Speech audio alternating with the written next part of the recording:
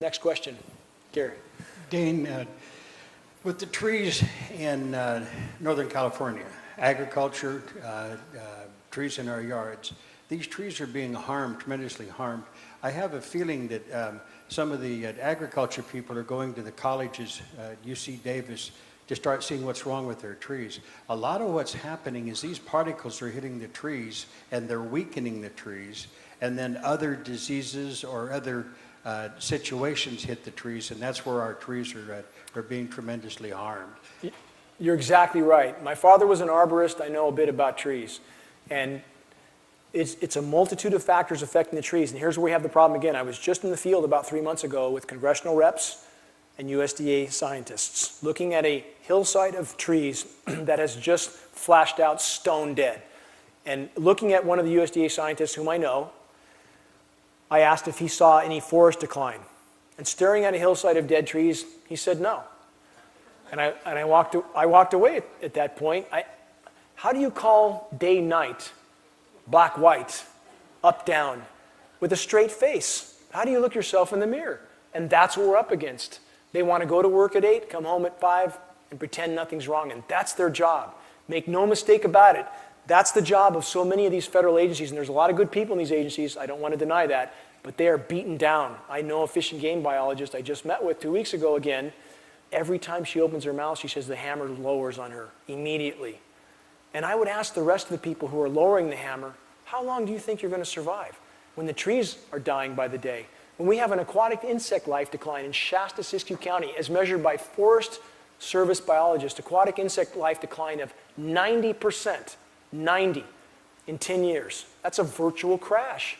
I just dove in the Pitt River. I've been diving my entire life. I've had my dive master certificate since I was 21 years old. I dove in all the deep current areas around the turbulence where the trout should be. Now I know there's some trout there, but I couldn't find one. I couldn't find one. The water's very warm because the UV, the thermal energy, how many of you, even when the ambient temperature's not warm, you touch your car or something, it's hot as hell. The UV penetrates. It's a very penetrating radiation. It's killing plankton. Plankton are dying all over the globe. In fact, we have plankton stocks now down 50 to 60%. No plankton, no life on Earth. Would you think we'd hear about that on the news? Maybe between the American Idol commercials or something? Nothing. We get nothing. We are right now in uncharted territory. On the trees, as Gary just stated so accurately, yes, it's excessive, massive UV. The trees can't take it. It's bioavailable metals. The UV shuts down the trees' stomata, what they breathe through, what they respirate through. They can't respirate properly. These particulates are desiccants. It means they absorb all available moisture. How many of you remember the last time you saw dew in the morning? How about almost never? It's not there because they are siphoning off that moisture from the upper atmosphere, keeping it from evaporating in the first place. Now we have bioavailable metals, and we know they're bioavailable. We know it's in the rain. We're testing for it, and we know the effect. We have soil study on this. Causes organisms like trees to, when they sense that toxin of aluminum, they shut down nutrient uptake. They die slowly. Of course the beetles come in, and we have USDA and other people telling us it's just the beetles. It's just a cycle.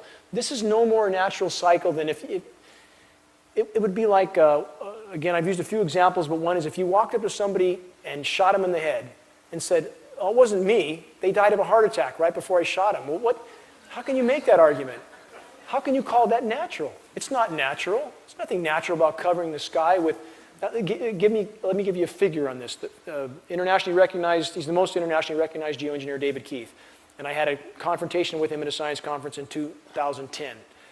And I asked him point blank, had they done any study about the dumping of 20 million tons? This is their proposal for their target figure. 20 million tons of aluminum nanoparticulates in the atmosphere every year. Very cavalierly, he says this.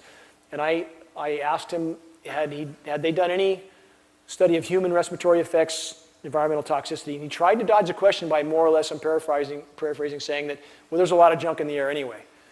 Well, wait a minute. That junk's not aluminum. Have you studied aluminum? And he really immersed his leg down his mouth at that point. He said, no, we haven't done any study. Could terrible things happen tomorrow? We don't know. This is the kind of attitude they have. So anyway, that's part of what's killing the trees. Sorry for that long answer. Another question? Thank you. I have actually two questions. One is we're beekeepers, and every year we have to replace an enormous amount of bees and that we're losing. So I'm wondering if they've done studies and correlated the metals in the air to the reduction of bees and colony collapse. And secondly, is there anywhere you can move that has a reduced level of all these metals that we can get away from? Two good questions. Is CCD, colony collapse disorder, related to geoengineering? Absolutely, positively, yes. And this is not hard to figure out. When they're trying to pin colony collapse disorder on a chemical, and I'm not saying the chemicals are good at all. I'm not saying it's not a factor. It is.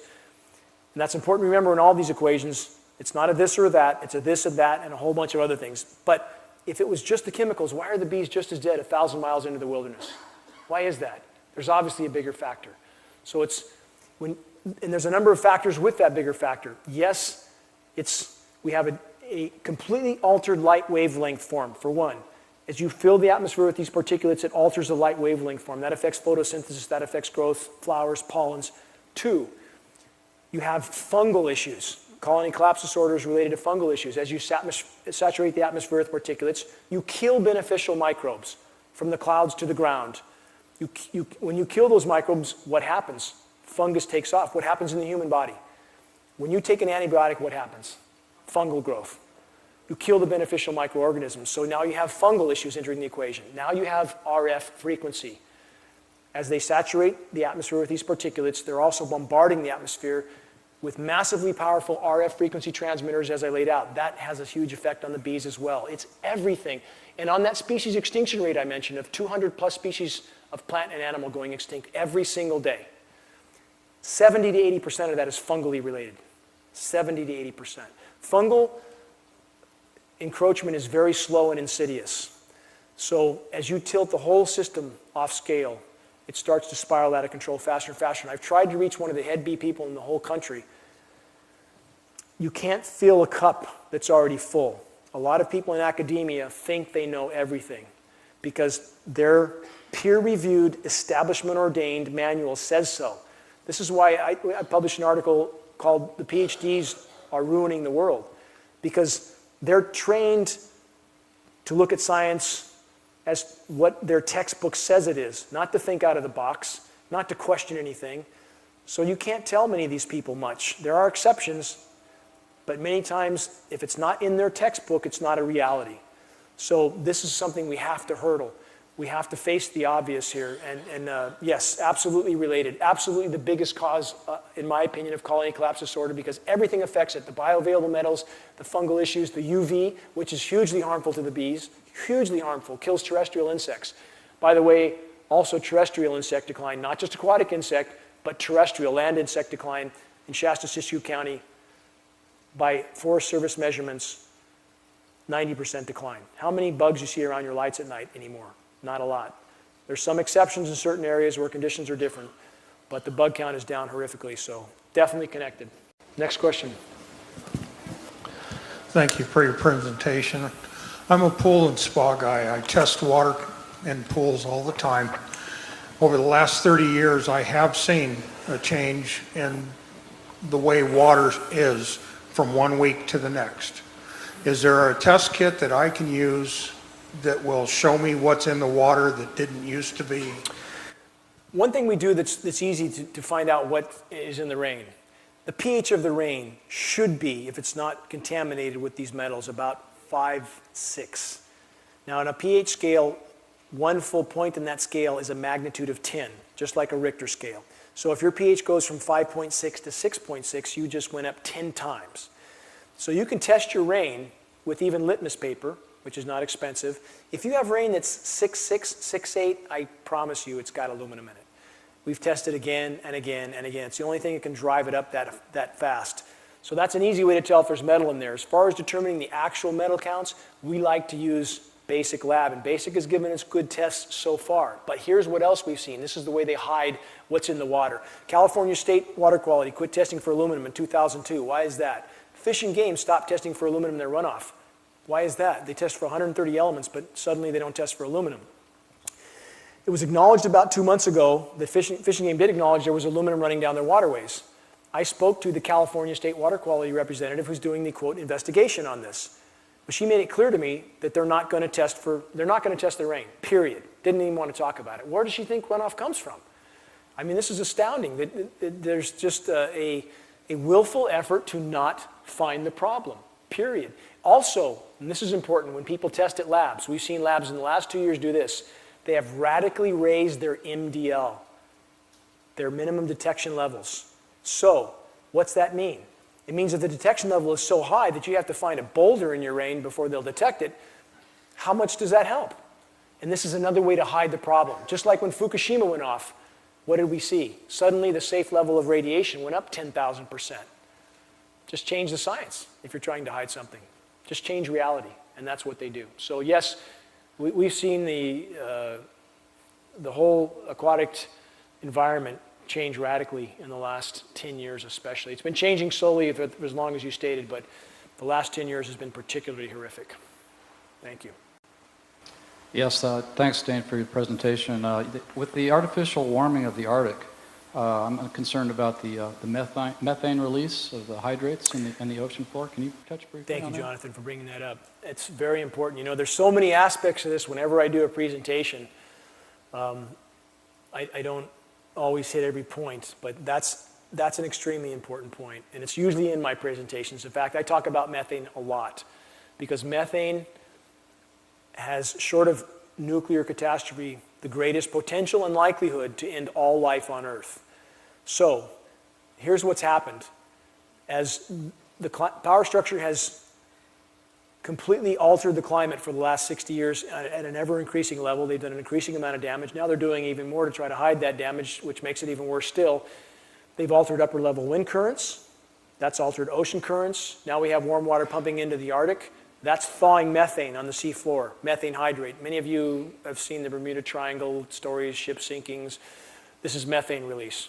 It's not aliens, at least scientifically, not in the aliens, or not in the Earth circumstances we study. The methane releases, aerates the water like a bottle of champagne. Ships have no buoyancy. They go to the bottom. So now we have huge methane fields releasing. I'm not putting everything on geoengineering. Again, we all have to look at the whole picture, not a this or a that, but a this, that, and the other. So when we put 100 million tons of carbon in the atmosphere a day, that's a problem. I can't deny that. That's a big problem. Methane is a bigger problem, and geoengineering a bigger problem yet, because that's helping to release the methane. So right now, as we speak, methane is covering the planet. It's covering the continental United States. Methane over a several-month period can be 1,000 times more potent a greenhouse gas than CO2. 1,000 times. And this is what the climatologists don't talk about. And how can you have the biggest scientific panel ever assembled in human history on any subject not put methane in their equation? How can you have such incredible omission? So right now, in the Arctic alone, there's enough methane to cause a Permian-style mass extinction. That's about a 95% global extinction, 100 times over. That's how much methane is there. And it's releasing now. Now, it's certainly a long way from any release of a large percentage, or we would already be gone. But if 1/2 of 1% of that methane releases, that's about a 400 or 500% increase in the total greenhouse gas right now. And geoengineering has helped this to happen. It is not diminishing it. So the methane, again, it's a very, very lethal and dire problem. How many of you saw the fish die-offs? You've seen the fish die-offs with fish floating up all over the globe? A lot of media didn't cover it. It's happening all over the globe, and nobody seems to know why. They know exactly why it's happening. Because methane and hydrogen sulfide is gassing from the seabed because it's warming. Again, as that water warms, more UV, ocean currents changing, warm water ending up where it shouldn't be, methane starts to release, goes into the atmosphere, even more warming. It's called the feedback loop. It feeds on itself once it gets going. So as that methane releases, it deoxygenates the water. It causes either a hypoxic zone, which is very low oxygen, or an anoxic zone, no oxygen. Everything floats up dead immediately. It's happening around the globe right now. So we have global pelagic fish populations, the food fish, tuna, so forth, 95% depleted right now, 95%. So again, we're talking about Earth life support systems, the air we breathe, the water we drink, and the methane. You'll hear more about it, and I encourage anybody to Google global methane emergency. And here's where you got to be careful. You got to sift the baby from the bathwater. Because groups like the AMIG group, the Arctic Methane Emergency Group of scientists, I know one of them, and some communication with another, their data on what's happening with the methane is accurate. It is accurate. It matches all the satellite imagery. But where they run awry is they are calling for geoengineering. These groups are calling for it as if it hasn't been happening for 60 years. How big can the bubble be for some of these people? It's astounding. Is that what they have to say to keep their jobs? So all of us need to learn to sift the baby from the bathwater, to take what's accurate, throw out what's not. We all need to learn to do this. Next question. Thank you for bringing that up, John. Thank you. My question is, I've been noticing on my swimming pool that I have the white solution every time they spray, which is pretty daily, that I have the white solution laying on the top of my pool. Now, am I a fool for even using the swimming pool? Because as the gentleman asked, where would I move to if they're doing this all over the world? I didn't quite get to that question. Thank you for bringing that up again. I'll answer both those questions. One, I'll back up because it was asked from this woman, where can you move? Nowhere. There's nowhere to get away from this. In 2010, a study was done from 1,000 whales from around the globe, the most remote places on the planet, and the report actually used this terminology. They said the whales had jaw-dropping levels of aluminum in their tissues. There's nowhere to escape from this. So although we see some areas that seem to get hit harder than others, this is a global phenomenon. There's no escaping it.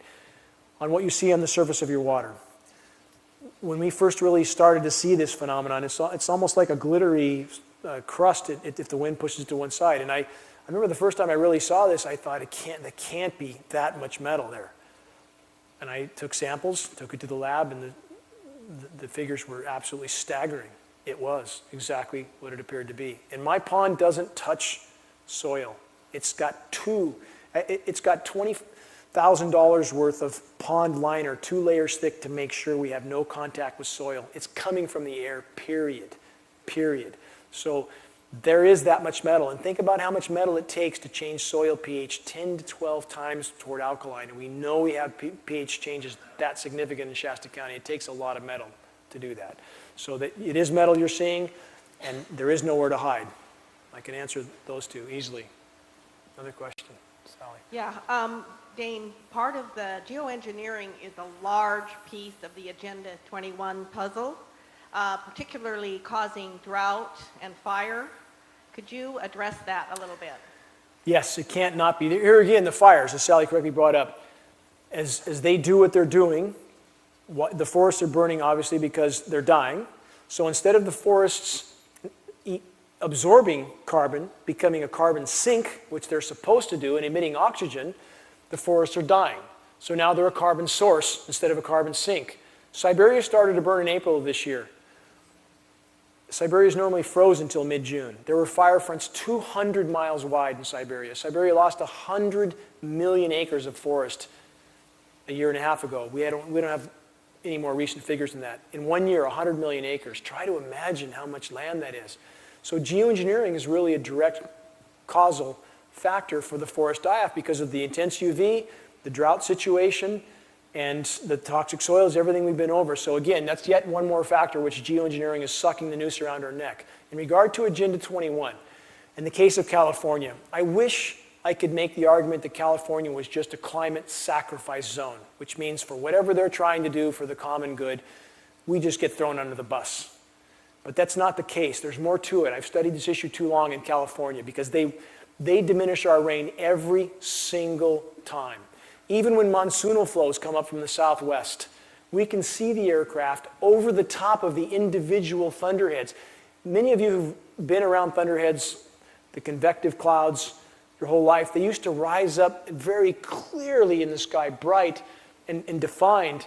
Now what you'll see is as they start to convect, pretty soon they just blow out into what looks like a giant forest fire smoke bank because they're aerosolizing those clouds. They're not letting those clouds convect and drop rain. And when we see such a consistency with fronts coming right at us that they're blown apart, you used to look out in the Pacific meteorologically at the maps and you'd see low pressure after low pressure after low pressure lined up coming in. We'd have rain for a month here in Redding, right?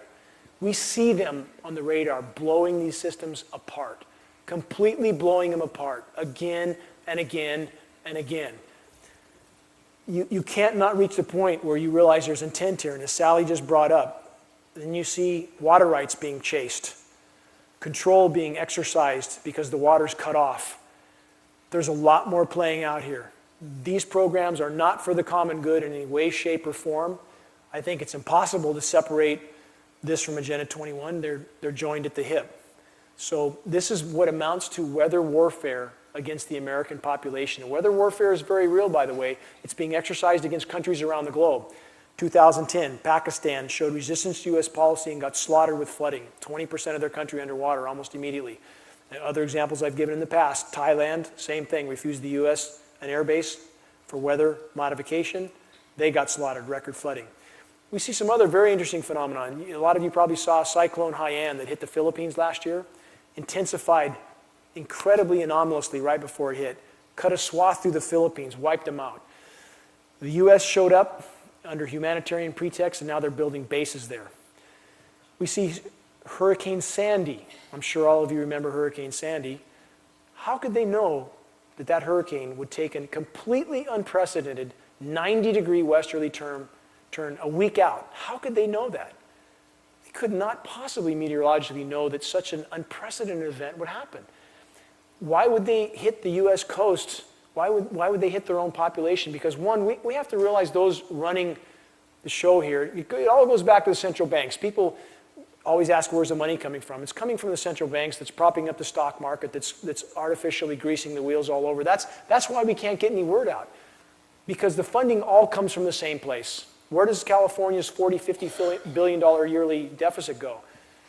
Where does that go every year? Nobody seems to even ask that question. It all goes back to the central bank. So what I'm getting at is our government is not there for us. Those who really pull the strings, I think we're all pretty clear our government's not really there for us, right? It's not about the American people. So was that demonstration, was Hurricane Sandy, was that a demonstration of their power?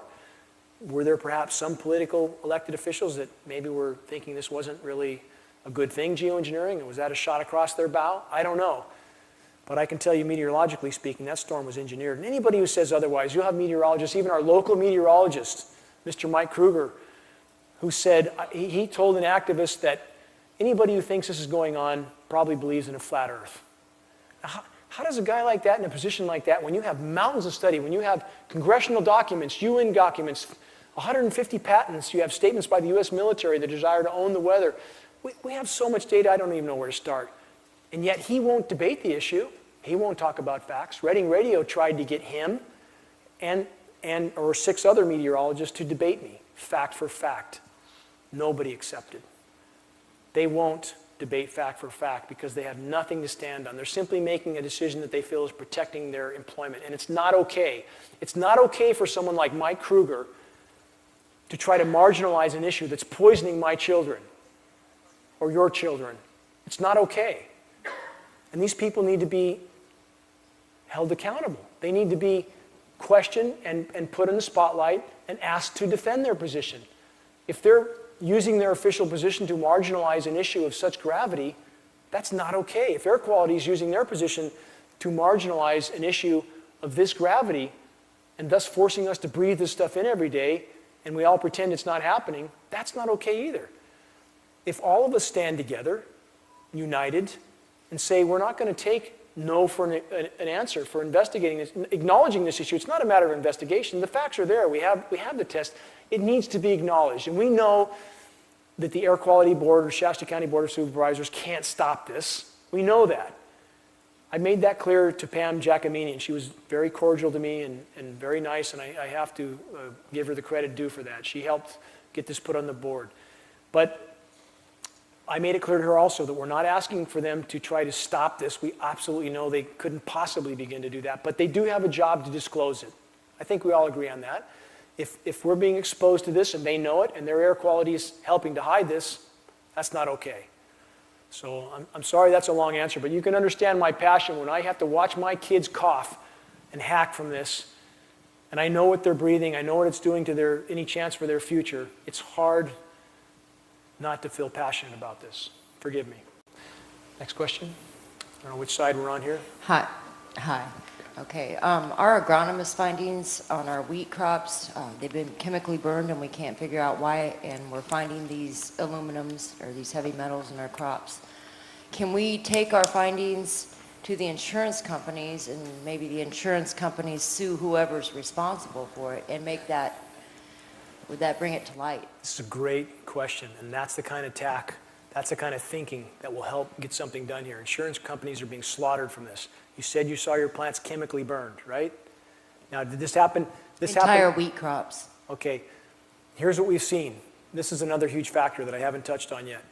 Artificial ice nucleation for weather modification. We have patents on this, including from NASA. This is where the equation gets very interesting. They are chemically nucleating rainstorms into snowstorms. Now, many might not believe this, but it's absolute fact. Why does it snow now at 50 degrees? I copy the weather maps, snow at 50 degrees, and this is chemically burning the plants. This is what I'm getting at. When you cause an endothermic reaction, we have the patents for this. I've done articles on this with lab demonstrations in the article, 2-minute long YouTubes, demonstrating how powerful these ice nucleating agents are. And in this demonstration, a couple drops of biological ice nucleating agent can freeze a vessel of water instantly. You can tip it upside down in 1 second, literally. Barium, hydroxide, and ammonium, also ice nucleators. It causes, again, an endothermic reaction. Endothermic reactions burn things. It chemically burn things. So we saw in the case of the Chinese government, they openly announced that they were creating snowstorms over Beijing. Look it up. Look up Chinese scientists create artificial snowstorms. Their Bureau of Weather Modification admitted to it until they did $1 billion worth of damage to Beijing, because this snow is very different than naturally nucleated snow. It's heavy. It's like concrete because you have warmer temperatures. Warmer temperatures carry more moisture. And this snow sticks like glue. And I've been in the forest. December 21st, 2012, major ice nucleated storm. I live in the wilderness. I remember that night because I was in an absolute state of angst. I love the forest. No forest, no people. So all I could hear, and I live in the middle of nowhere in the wilderness area off the grid, and all I could hear, and I remember the fury I felt, were jet aircraft passing over one after another and trees collapsing in the forest. All you could hear was trees crashing to the ground from 15 inches of snow. It shouldn't have done a thing to these trees. And 300-400-year oaks tipped over everywhere. And so what did we see last winter? A lot of you might have heard of the snow that didn't melt right or that actually seemed to burn or smell. I don't know if you Google fake snow. You'll see a lot of people notice this. Farmers, people who don't know anything about geoengineering, notice there's something really wrong with the snow. Why? Because when you chemically nucleate snow, you create a substance that sublimates. It's called sublimation. So you all know what dry ice is.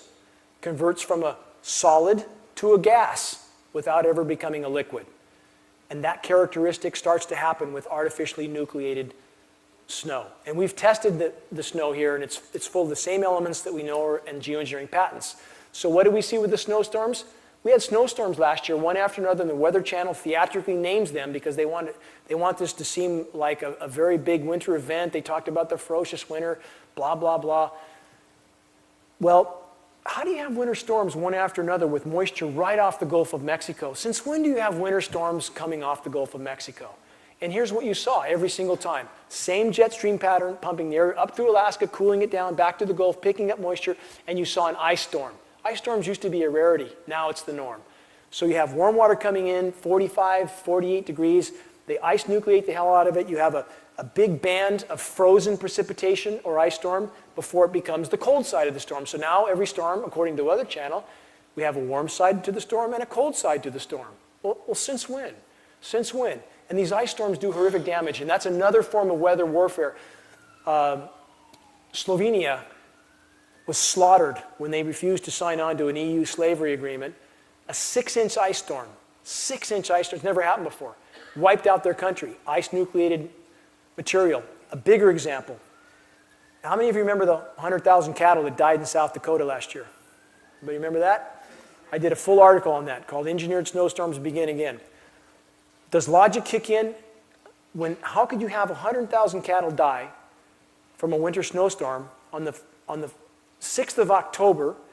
At the same time, you had 85 degrees and rain in Chicago, 89 degrees in rain in Kansas City. I have the maps. I captured them because I knew they were going to go away quick. I still have these maps. And you're snowing at 40 degrees. How can that kill 100,000 cattle? Because one, the snow is heavy, as I told you, and two, and this is more important, back to the chemically burnt crops. That same chemical reaction is lethal on the hide of those animals. When they're encased in material they can't move in, and they have an endothermic chemically reacting material against their hide, it kills them. So here you saw a few days later, you say you had cattle everywhere laying in the mud, dead, from a snowstorm in early October. Cattle that are used to temperatures much, much colder. We see chemical burnt plants here. We see them all over Redding. Plants that are hardy to 20 degrees colder than anything we had last winter, they're chemically burnt. If they got enough moisture on them, they're chemically burnt, and that's exactly what we'd expect from an endothermic reacting material. It's part of the weather mod. If you Google engineered snowstorms, any of you, you'll find plenty about that. That's how they chemically burn. Grab them. Dean, I've been watching Yellowstone, where they've been having a lot of really unusual readings, and the ground's raising. Could that be the methane maybe causing a super volcano? Methane doesn't cause in-ground heating per se, but everything is connected to everything else. Here's what you have. You have something called thermal expansion. Thermal expansion can raise ocean levels by itself. So as you have a planet that's heating up, you have a lot of thermal expansion happening. That starts to cause tectonic issues, which starts to generate heat. It's a whole chain of events. So indirectly, yes, there is a connection. Everything's connected in this equation. And we do have Yellowstone. Actually, they've shut down some roads in the last couple of weeks in Yellowstone. I don't know how many of you know that, because the roads are melting. They're literally melting. Yellowstone is a location where a supervolcano has occurred in the past. And this is where the equation gets even a little more diabolical, is we know, and this sounds sci-fi, but I only ask people to investigate. We know that these enormously powerful radio frequency transmitters can affect tectonically sensitive areas. So as they bounce 3 billion watts onto the atmosphere, and with these particulates they're spraying, they can then bounce that signal right back down into the planet. And when they do that, and you pump this power straight into the planet, and they can do geological readings and so forth with very low-powered instruments, even power in the several hundred watt range. Now we're talking about 1 billion watts. This can have huge effects to the Earth's strata, very, very negative and in many ways unknown effects. So with all the experimentation they're doing, we can only guess at the cause and effect, truly. I mean, we can't really know. Now, one other thing I didn't mention with the methane that's flooding the atmosphere, this is going on right now, Project Lucy and Project Alamo. These are acronyms. And they're using those same ionosphere heaters to now try to undo what they've already done, making the equation ever more insane at every level. So they are literally, right now, blasting the atmosphere with opposing frequencies to try to degrade some of the methane. And they have no idea what that will do.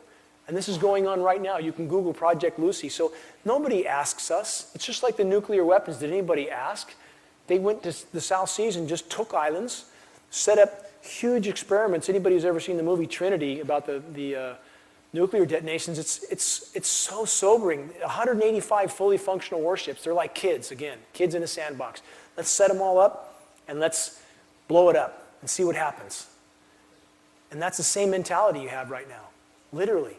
So they're taking it from one level of insanity to another, and right now we have Project Lucy and Project Alamo going on, where they're blasting the atmosphere with these radio frequencies, trying to degrade the methane that's filling the atmosphere right now. And to give you an idea on the methane, atmospheric methane has not been over 700 parts per billion for the last 1,000,000 years.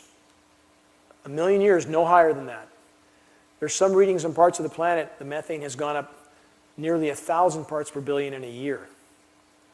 That's the gravity of what's happening. That's how fast it's happening. There's some methane readings now up to 2,550, 2,600 parts per billion. It's spewing. In fact, the last reports from the LAPTEV-C in the Arctic, there's a research vessel there now. We don't know if we'll hear anything from them because they may not let that data out. But the last report we got, where they were seeing plumes of methane from the sea floor 1 kilometer wide, and they were seeing thousands of those plumes. The ocean's virtually boiling, and they are not releasing this information. So bottom line is, we simply must bring this to light. We must get this issue to light. And I got a call, by the way, a week ago, a little less than a week, it was last Thursday, from someone on the inside of these programs who trusted a congressional candidate who I know. That candidate convinced him to call me. I recognize this individual's name from documents I've seen. He's an architect in these programs. In a bubble.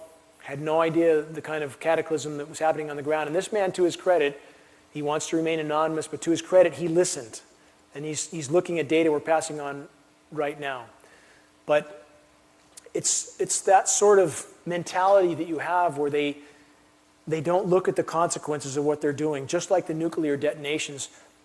And so many people want to deny this issue because they simply say, like Jesse Ventura just did, by the way. I don't know how many of you saw what Jesse Ventura put out, but he's obviously got a new agenda now. Maybe he wants to run for office because he tried to deny this issue on the simple premise that, well, they would never do this to themselves. Well, one, what kind of a basis is that for a conclusion?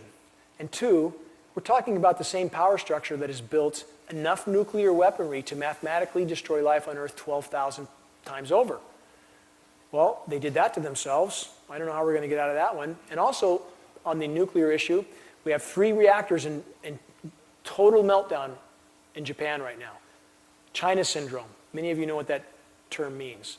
They're through the containment vessel melting into the surface of the Earth right now. Nuclear volcanoes. And what does Obama do? He just authorized $6.5 billion to build some more in Georgia. So this is the sort of mentality you have. So anybody who thinks they wouldn't do this themselves, they're wrong. Also, we know, and I did this in my last presentation, they're building DUMBs, and that acronym certainly applies. It's deep underground military bases. We know this. If you've never seen the picture of the moles, mole is a giant tunnel boring machine. My last presentation, if you go to geoengineeringwatch.org, it's the top one on the list. And if you look at these machines, you can't believe they're real. Some are 50 feet high. Giant tunnel boring machines, and we know they're boring these underground facilities. They're digging in as if they're going to ride this out somehow. Screw everything up on the surface and ride it out underground. It's not going to happen. They're stocking these bunkers up. We know that because we spoke to Mountain House Solar, or Mountain House Foods. Many of you heard of them. They're freeze-dried. They were actually off retail for a while supplying the government because they're stocking up these bunkers. But here's the rub. A parallel event to what we're facing now, methane mass extinction, if we continue on this track, so we must change tracks in order to not end up there, but if we continue on this track, we have a parallel era, the Paleocene-Eocene thermal maximum, a methane mass extinction that happened 55 million years ago. The equilibrium after that period was about 10 to 20 million years, and you can't ride that out underground. So, and in fact, where we're heading right now is even worse than that because these methane reservoirs are bigger than what released then. And we're on track for something called Venus syndrome. And that's a scientific scenario, and we are on that track right now. So again, the gravity of this situation, that's why I stress again and again, this was not an issue that I liked or wanted or felt comfortable with in any way, shape, or form. I gave my entire life to this issue because this is the hole in the bottom of the ship. This is the house burning down. And right now, anything else we do, if we're not focused on this issue, it's equivalent to trimming the hedge or mowing the lawn while the house burns to the ground. That doesn't make any sense. We have to focus on this issue. We have to plug the bottom of the ship, period, or nothing else will matter. Another question. Yeah, quick comment. I spent a few years over in Iraq when it was 120 degrees. Came home and... I salute your service, first of all. I salute that. December 2010, came home, and it was like a spring day, and of course, 70, 80 degrees, and the sun is burning my skin. And I'd be outside all day working in 120, 130 degree temperatures without a problem. So, yeah, big difference that I noticed. So you felt higher UV levels here than you did? Absolutely. Right. Okay. Yeah, no question about it. And that may be. I have no way of metering there. So Well, ozone holes tend, I believe you, ozone holes tend to move around in very peculiar ways. So, I mean, what you're describing could very well be. So I'm wondering, a question I have about the reflection, the property of the reflecting. Does it work two ways, where the sun is coming through the chemtrail itself and magnifying the intensity of sun hitting our skin. Yes, you bring up a very important point. As I said earlier, we believe they can, we know they can cool, we know they can heat. We know this. The only time we see them spraying at night is when we're about to have very, very record or close to record temperatures. They're trapping that heat. So, one, obviously, if you have a reflective material that reflects thermal energy, it can reflect it up or down, correct? So it traps thermal energy. And two, the magnification effect. That's a very, very important question because we are seeing, when we get these high pressure domes over us that fry the hell out of us, we're seeing even higher UV levels when there's a layer of this silvery white haze above us. The UV goes up, not down, but up. And there are materials that we know can cause this sort of a lens effect, and it appears they are using that. Why? We can speculate, but one reason may be to increase the strength of the high pressure dome, to increase the clockwise rotation of the high pressure, to steer the jet stream. Certainly we know they don't care what's happening on the ground, so we do see that effect. We do see a lens effect at time where they actually appear to be creating heating. So, and also we have, even though you're burning, you may be low in vitamin D. This is another effect that's causing adding to the disease. Latest statistics show that 98% of the population is vitamin D deficient, even people who spend a tremendous amount of this time in the sun. Two possible reasons for that. One, these are light refracting materials, so it has to affect photosynthesis, even though there's no direct study on this, because they don't want study on this. As you change the light wavelength form, it has to affect photosynthesis, and it quite likely affects our body's ability, because we're talking about a different light wavelength form, to create vitamin D. And also, if the UV is too intense, it's likely that the body even shuts down vitamin D production, perhaps, to try to defend against that intense UV. We don't know. We don't know because there's no study on this, but we certainly know that the vitamin D is down. Things aren't growing. I mean, a lot of you have probably experienced that with your own gardens. So anyway, he brings up a good point. It appears they can actually create a lens effect and heat under certain circumstances. Yes, sir. Oh, you have one more? Yeah, I'm sorry. Real quick, and then about the weather meteorologist information that gets put out, maybe can you talk about the fact that they've changed the imagery in the weather reports to where they used to show us the satellite imagery of the actual clouds, but now it's all digitally enhanced. So that's another great point. By the way, I want to have a question for you. How many of your former comrades know what's going on in the sky? Every one of them. Thank you. I've got my buddy in Montana, the guys I've served with from 2003. They're not pulling the wool over our eyes. So if you want materials to send to them, I'll supply you whatever you need on me. Flyers, DVDs, anything you need. Are you going to? Thank you. That's what we need, because that's who we need on our side. We need our military brothers and sisters, honorable men and women, and I so salute their service. I've given to DAV for 20 years, VFW. I so salute their service. And they're being used in a way that's simply inexcusable for those in power to use these honorable men and women in this way. So that's the best news I've had tonight. Thank you. And this, in this situation, I mean, I've tried hard to focus on reaching our military brothers and sisters. To answer your question, which is a great question, that's why Raytheon and Lockheed Martin control the weather modeling.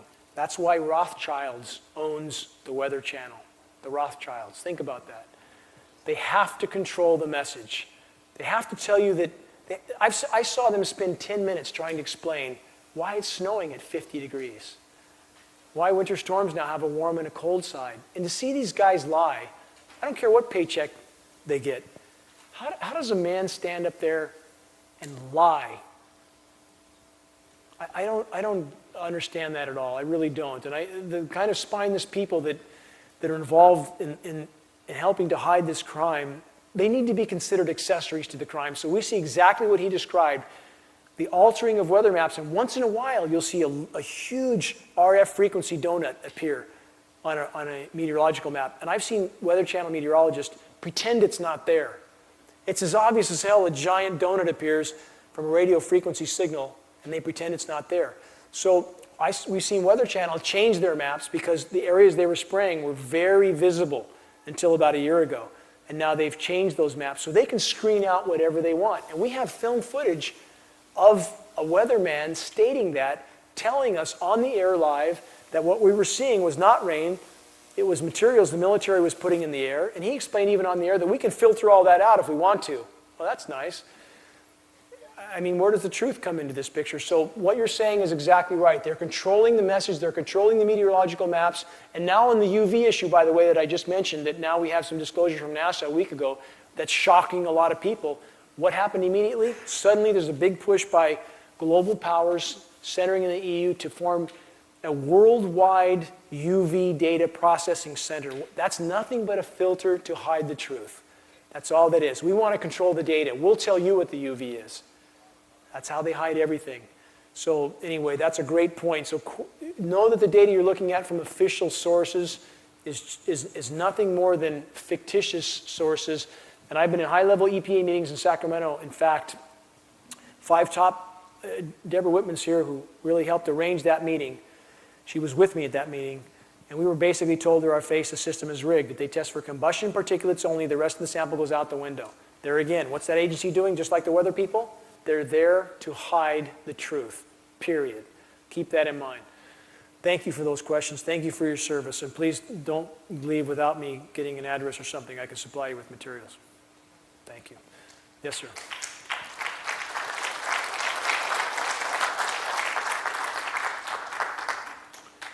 So I applaud you in coming here and shedding light to this on all of us. And so we get on the right track and we get all of this stopped. What is our turnaround for getting the planet back to what it was before all this crap started? That's a question I don't like to answer, but it's an important question. One, as far as getting it to the point where we can stop it, the only way it's going to stop is when the population is absolutely unwilling to have this issue hidden any longer. And once we expose it, and once our military brothers and sisters realize what they're a part of, once families, I know this congressional candidate who had this person on the inside call me, has a brother in the Air Force who's high up in the Air Force and who he believes is involved with these programs. And there's civil war into their house because the family won't accept that he's a part of this. Once this is widely known, I don't think those in power will be able to get enough participation. I know that our military is filled with honorable men and women. And if they realize what's going on, I believe they won't participate. And I believe that's the point in time these programs come to a screeching halt. I'm banking on that. Next, if we stop them, what happens? The geoengineers and the global power structure will try to tell you, it's called double collapse scenario. Once you start, you cannot stop. That's what they tell you. It's like telling a heroin addict, once you start, you can't stop because withdrawal is just too tough. You just got to keep going. That's not true. In fact, if we don't stop, we're done. It's that simple, we're done. What will happen when we stop? There will be absolutely unimaginable weather on the planet because they are suppressing a lot of weather at the cost of making the overall situation worse, at the cost of building up the pressure overall. They're suppressing cyclones. Other than Hurricane Sandy, everybody remembers the 2005-2006 season where the U.S. got slaughtered.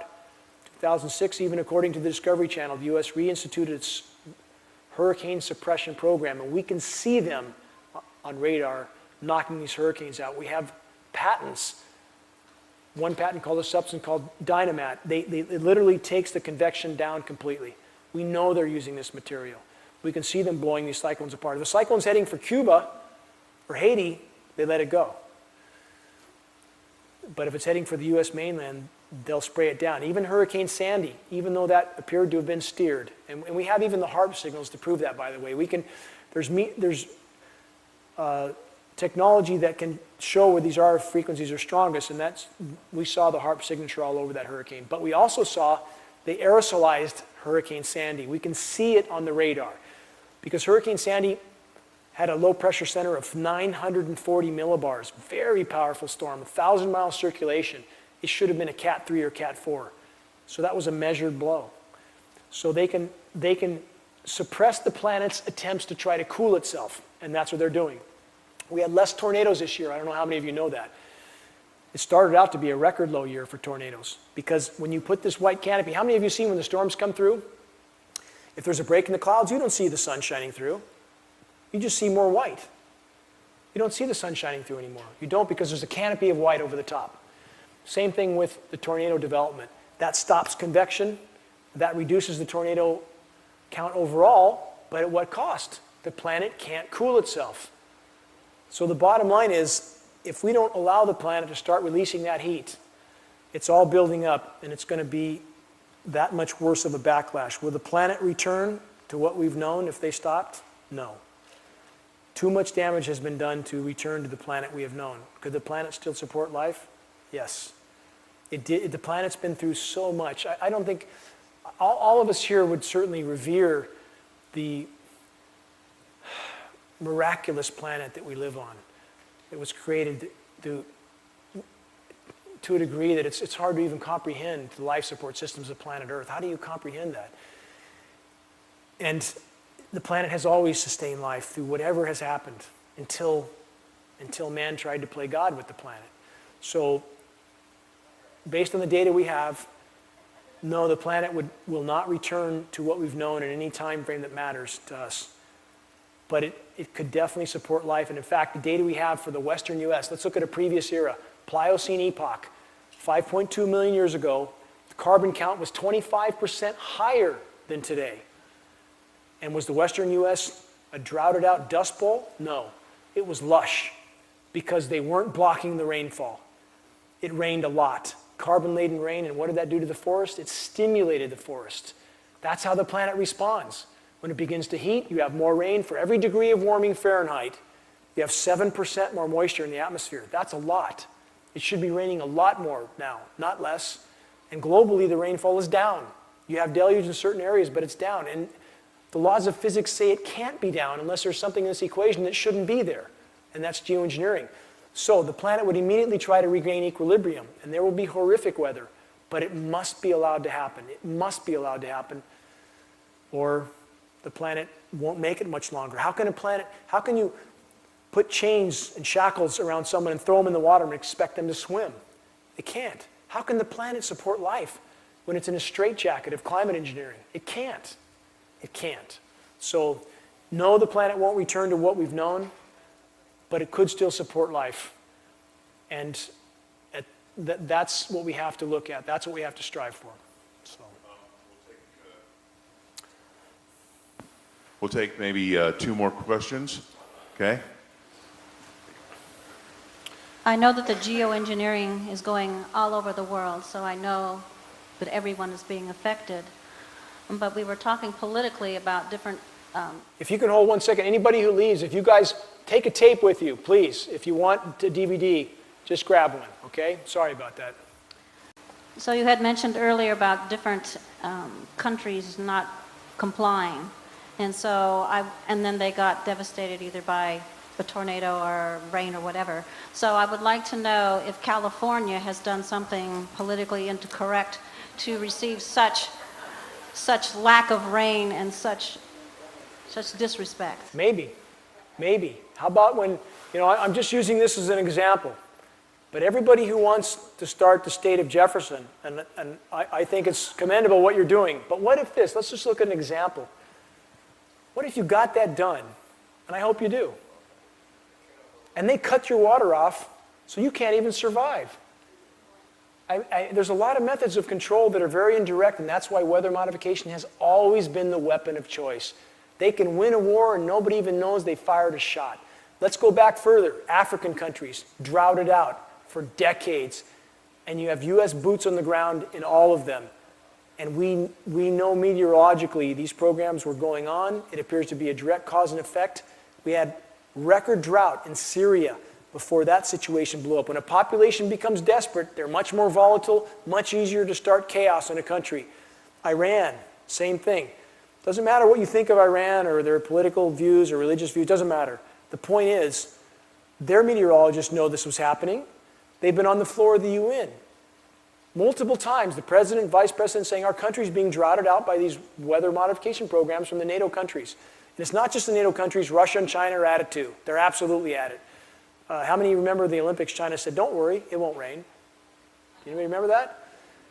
They were very overt about that. So you have record drought in all these countries before these invasions happen, before the chaos ensues.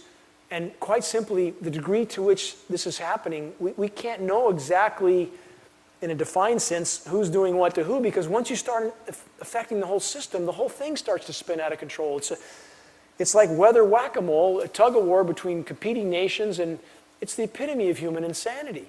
Absolute epitome of human insanity, and it's absolutely positively going on. Russia has their own ionosphere heaters also. Now, Putin did, to his credit, in this case, ask the IPCC. Now, let's imagine the biggest scientific panel I mentioned several times, right? 2,000 of the world's top climatologists, and I hate to use the word scientists because of the way they behave. So you have this largest scientific panel, and they were going to completely omit the single biggest climate affecting factor of all in their last report, climate engineering. Total omission. Putin asked them to address this issue. And we think that perhaps Russia has had enough of these programs. They're trying to shine the light on them, we hope. Right at that point when Putin did that, I had communication from an international TV show host, Abby Martin, RTTV, Russia Today. I had communication with her that was very receptive to the data I'm putting out at that same time. We don't have any direct avenue to put this data out, but it appears that there's a chance that at least Russia might be having severe second thoughts about these programs. We hope that's the case. But at this point right now, the whole system is being torn apart. Our life support systems are being torn apart. And when you drive around Reading here, it feels like you're in hell. The sun is so intense that you can't hardly touch anything, and it's degrading materials, it's killing plants, trees, and it can't go on. Simply can't go on. Yeah, I just have a very quick question. Why? I mean, I've been concerned about this for a very long time, but why on earth would people try to do this messing around, killing off the whole planet, killing the trees, everything else? They're going to die too. The answer is always the same. It's power and control.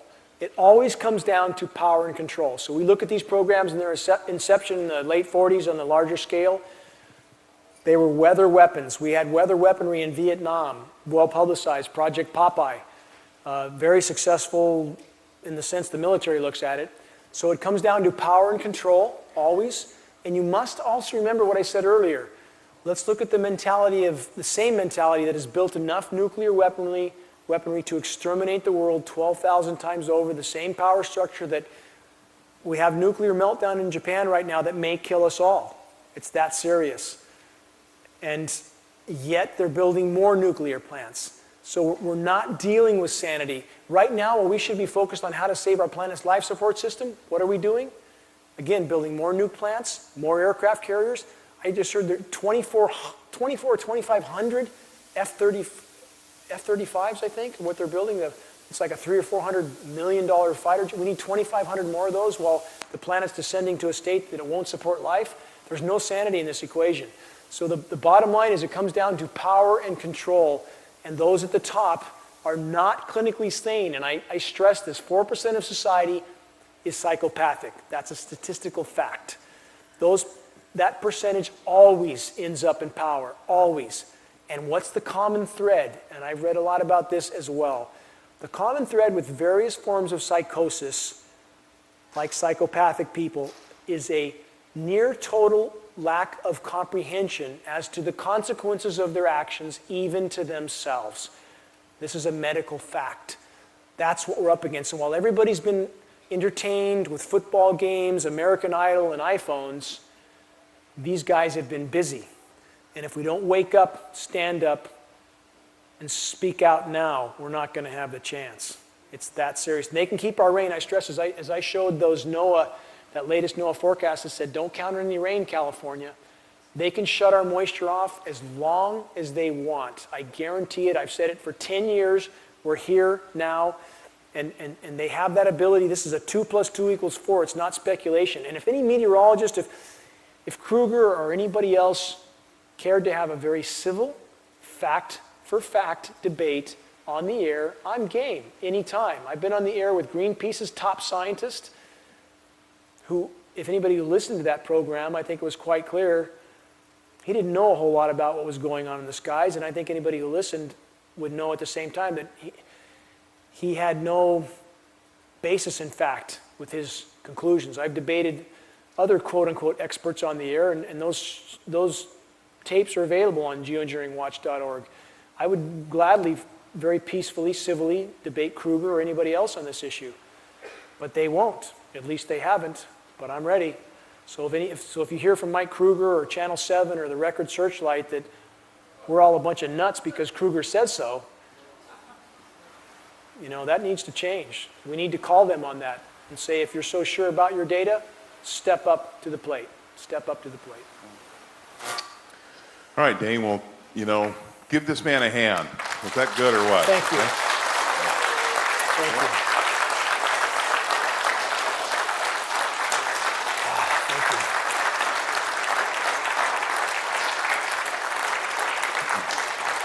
I feel the same toward every one of you.